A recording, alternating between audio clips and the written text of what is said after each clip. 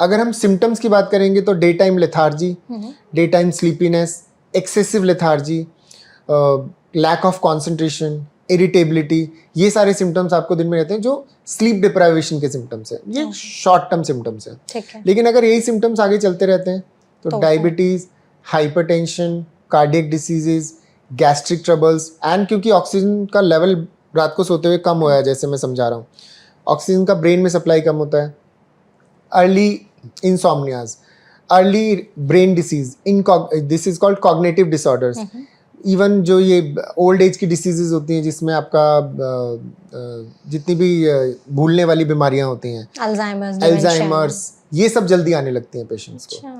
सो हमें ये लगता है कि स्लीप एपनिया बहुत ज़्यादा इफेक्ट नहीं कर रहा है, सिर्फ हम खराटे ले रहे हैं और यही प्रॉब्लम है। बट इसके शॉर्ट टर्म और दूरगामी दोनों प्रभाव है। बहुत सारे लोग हैं जिनकी डायबिटीज़ कंट्रोल ही नहीं हो रही है, इंसुलिन पे है पेशेंट तब भी डायबिटीज़ कंट्रोल नहीं कर पा रहे, या बीपी की 2 से ज़्यादा दवाइयाँ ले रहे हैं। सो 2 से ज़्यादा अगर बीपी की दवाइयाँ लेते हैं तो उनको बोलते हैं रेजिस्टेंस हाइपरटेंशन।